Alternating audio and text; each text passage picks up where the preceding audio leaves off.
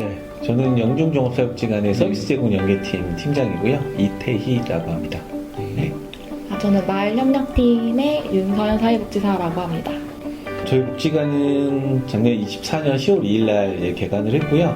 그래서 8월부터 저희가 개관 준비를 하면서 다 새롭게 이제 모든 전 직원이 이제 구성이 됐고, 예, 영등포구에 어떻게 보면 20년 만에 영등포동에 새롭게 종합사회복지관이 생기면서 지역 주민들의 욕구나 이런 것들을 새롭게 파악해 나가고 있는 중이고요.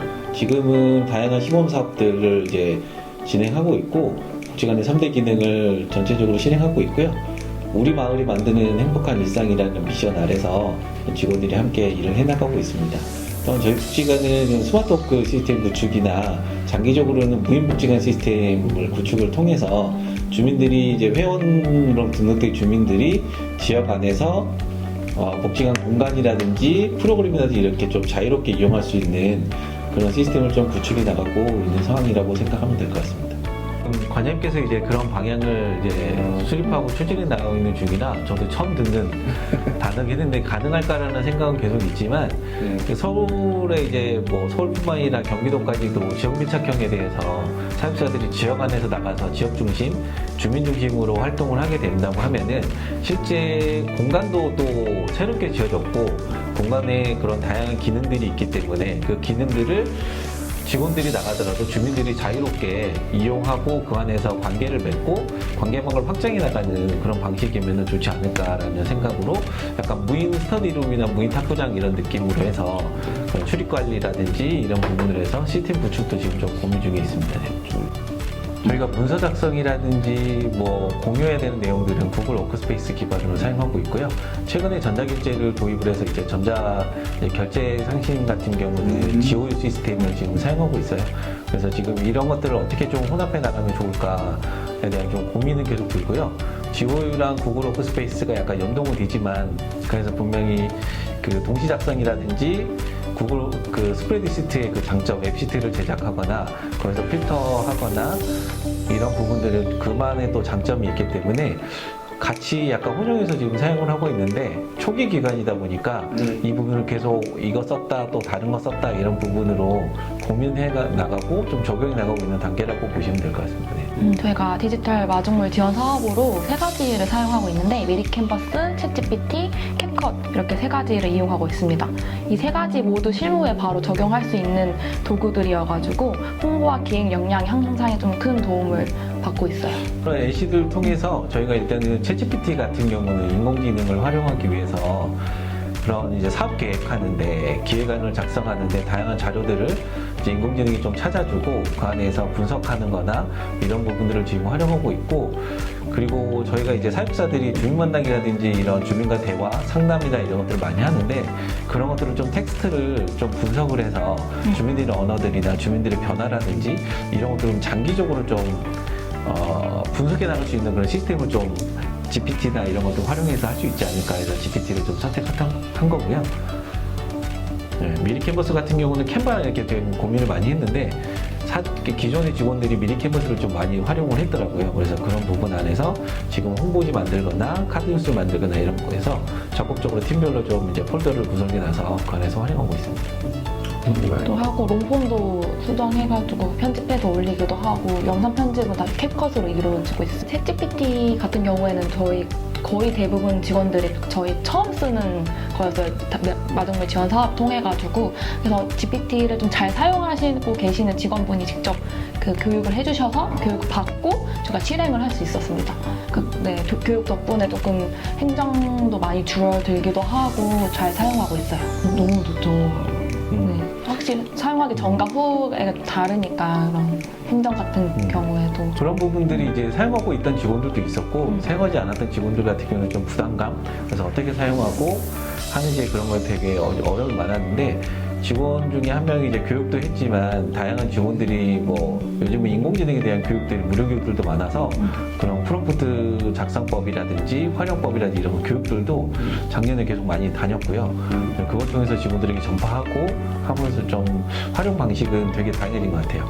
그러니까 기획안도 확실히 퀄리티가 되게 높아졌고 회의록 작성도 뭐 다글로라든지 클로바드트라든지 이런 거 활용해서 하고 회의록 정리는 GPT를 통해서 활용을 하니까 그런 실제적으로 약간 필요하지만 좀 소모적인 회의록 정리라든지 이런 부분들에서 많이 시간 전력이 좀 됐죠.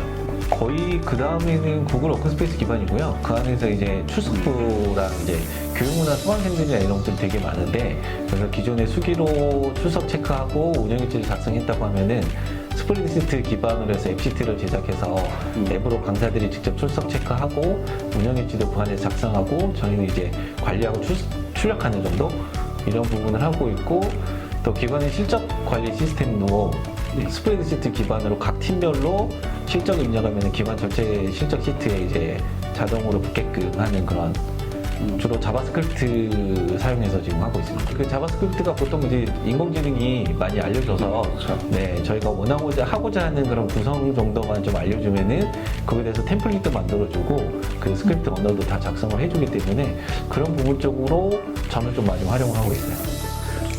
최근에 그래서 사례관리팀에서도 고립가구 저희가 전수조사 402명 정도 진행을 했는데 그것도 앱시트로 제작을 해서 그 안에서 바로 이제 설문 체크를 하고 서면까지 이용자 함께 하고 그 다음에 자동으로 이제 GPT나 AI를 통해서 분석하는 시스템으로 하다 보니까 더 효율성이 되게 좋았던 것 같고요.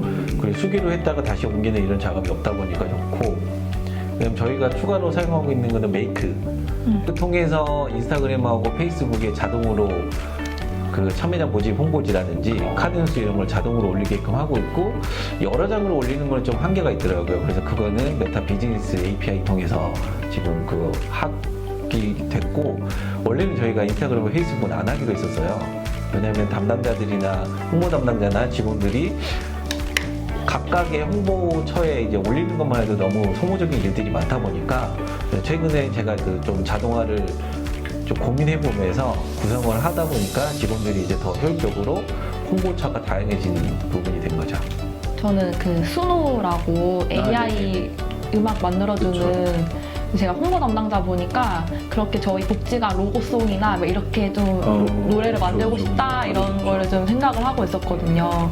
초반에 말씀드렸던 그런 무인복지관 시스템을 통해서 앱으로 수강 신청하고 또 프로그램 신청하고 그 다음에 그걸 통해서 QR이라든지 RF카드라든지 이런 걸 가지고 다니시면서 직접 복지관을 이용하고, 저희가 또 스터디룸이나 이제 체육관이나 이렇게 있다 보니까 그런 쪽으로 우선은 무인 출입이나 이런 부분들을 좀 사용해 보면 좋겠다라고 생각을 했고, 그리고 저희는 이제 AI를 통해서 좀 가장 해보고 싶은 거는 기존의 사육지관들에서 좀 데이터나 이런 부분들이 많이 활용을 잘 못하고 축적해 나가지 못하는 부분이 저 자신으로서도 현장에 있으면서 좀 많이 아쉬운 부분이 있어서 이번에도 네이버 클로바 케어콜이나 이런 부분을 통해서 텍스트를 이제 저희가 제공을 받을 수 있기 때문에 그런 텍스트라든지 상담일지라든지 주민연락일지들을 좀 통해서 그런 것들을 주민의 변화 그리고 주민이 서비스 이용을 예를 들어서 그냥 경제 지원이나 이런 걸 받던 사람들이 자조범이라든지 봉사활동이라든지 이런 좀 단계로 갈 수 있는 그런 변화 정도를 AI를 통해서 좀 분석해 나가는 그런 시스템, 그리고 저희가 복지관은 좀 지역사회 네트워크를 좀 많이 하고 있는데 그런 네트워크망도 사전에 시작이라든지 중간이라든지 이제 연말에 됐을 때 관계 질적 변화가 어느 정도 됐을까, 또 주간 정도나 중심 정도가 어느 정도 변화했을까라는 좀 네트워크 분석도 좀 AI를 통해서 좀 지속적으로 활용하고 싶고, 되도록이면 좀 업무 관련돼서는 실제적으로 현장에서 사육사가 크게 힘을 들이지 않고 업무를 해나갈 수 있게끔 그런 자동화나 이런 부분들이 자동으로 메이크나 이런 걸 통해서 좀 자동화 툴을 좀 많이 만들어보고 싶다는 좀 생각을 하고 있습니다. 저 다 궁극적에서 그냥 시작하는 것 같아요. 그 인스타그램하고 페이스북 같은 경우도 제가 이제 홍보지를 홈페이지에 올렸는데 이거를 그러면은 더 많은 홍보처에 어떻게 올릴 수 있을까? 그거를 개인이 직접 올리지 않고 하면 어떻게 할 수 있을까에 대해서 GPT를 통해서 좀 많이 물어봤고 그걸 통해서 다양한 방법들이 나왔는데 그중에서 제가 시도해볼 수 있는 방법들을 좀 해보고 있는 상황이라고 볼 수 있을 것 같습니다. 네. 사실 저희가 또 신규 기관이다 보니까 처음으로 사용한 그런 소프트웨어들이 3가지여가지고 이거 덕분에 좀 홍보나 뭐 사업 계획서나 뭐 정말 많은 도움을 받았어서 계속해서 사용하고 싶습니다. 특별 반영 지원 사업 같은 경우는 그래서 저는 이제 페이북이나 통해서 이런 것을 김정호 선생님이랑도 또 이렇게 친구가 돼 있고 또 비영리 그 사육사 모임들 그 페이지 안에도 들어가 있어서 그런 것에 좀 정보를 찾아서 우리 기관에서 좀 GPT라든지 이런 초기에 예산이나 이런 부분들이 없고 장기적으로 복지관들에서 솔직히 이런 부분에 예산을 투여하는 건 좀 어려워하거든요. 사업적이나 운영비에 예산을 투여하는 거는 효과 바로 이제 결정하거나 이렇게 하는데 필요로 하는 그런 실무들을 하나씩 적용당하면서 하니까 조금 더 빨리 직원들이 그거에 대해서 호응을 하고 또 관장님 생각을 좀 반영해 나갈 수 있지 않았을까라는 생각이 듭니다. 네.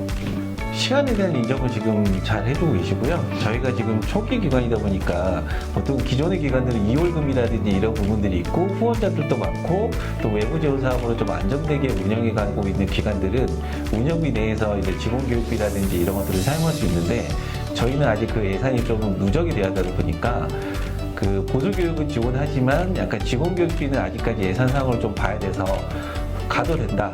그렇지만 예산 지원은 지금 당장은 좀 어렵다. 라는 상황이고 예산이 된다고 하면 저희도 연 20만 원에서 30만 원 정도는 매년 이제 지원하고자 하는 그런 규정도 다 있기 때문에 그런 부분에서 충분히 가능합니다.